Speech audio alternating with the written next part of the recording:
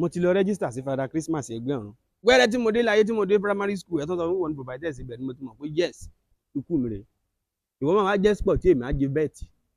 wàá jẹ́ igbó wàá nira fún mi láti fi ilẹ̀ màmá fà bí ẹni mú gbó láàárọ̀ màá jí dáná fún ẹ lọ́sàn àti alẹ́ màá fẹ́ dọ́jọ́ igbó mi gbogbo mo ti promise àwọn àpọ́jọ́ tí má ti dójúlé sporty bet ayé ọjọ́ ẹni mo máa bẹ̀rẹ̀ sí ní ta tẹ́tẹ́ mo ti rí tẹ́tẹ́ mi lé ní o tí ikú bá ti rìn pósí á máa tẹ̀lé lẹ́yìn ní o ikú mi rèé o ìsàkú mi rèé o ìfẹ́ tí mo ní sí ẹ ó lè jẹ́ kí ẹ̀mí èèyàn pin lójijì gbogbo nǹkan tó máa mú kí ìfun àti ẹ̀dọ̀ mi dojú ìjà kọra wọn ni mo fẹ́ máa ṣe fún ẹ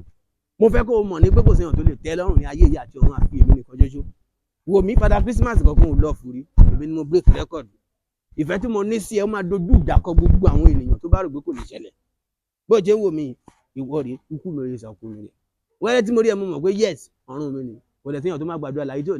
ní gbàdúrà ọ̀run mọ́ orí tiẹ̀ ni máa ṣe ọjọ́ tó bá ti ní kí n máa ṣe ibi náà ni mo máa bẹ̀rẹ̀ mo máa di Buhari màá máa ní orílẹ̀-èdè lára lórí ọ̀rọ̀ ẹni bá fẹ́ ní mi lára á kú kò jìjì bẹ́ẹ̀ ni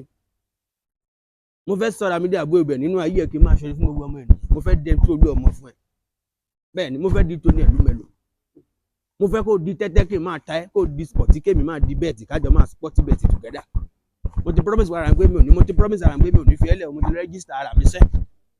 mo ti lọ mo ti bọ̀ mo ti rìnrìn àjò nínú primary school ayé àwọn ọmọdé mọ̀ mí bèrè ọ̀rọ̀ mi lọ́wọ́ ọmọdé kò sọ ọmọdé tó rí mi tí mi ò dùn aráyé ń yọ́nú sí mi ní gbogbo ibi tí má ti dé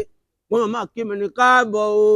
ọlọ́run mi káàbọ̀ o mo ti dé sínú ayé ẹ̀dùn yẹn kò tó ń tó lè lé mi padà mi ò lè wẹ̀yìn wò bẹ́ẹ̀ ni ogún òkè ń bọ́ṣọ lójú èèyàn máa bọ́ṣọ lójú tiẹ̀ òṣìṣẹ́ lé kí n lọ bọ́ṣọ fún ẹ. àsùtì bèbí lọ tọ̀nù bèbí tọ̀nù máa lọ sínú ilé jẹ́ ń lọ bọ́ṣọ fún ẹ mo fẹ́ lọ bọ́ṣọ fún ẹ máa lọ.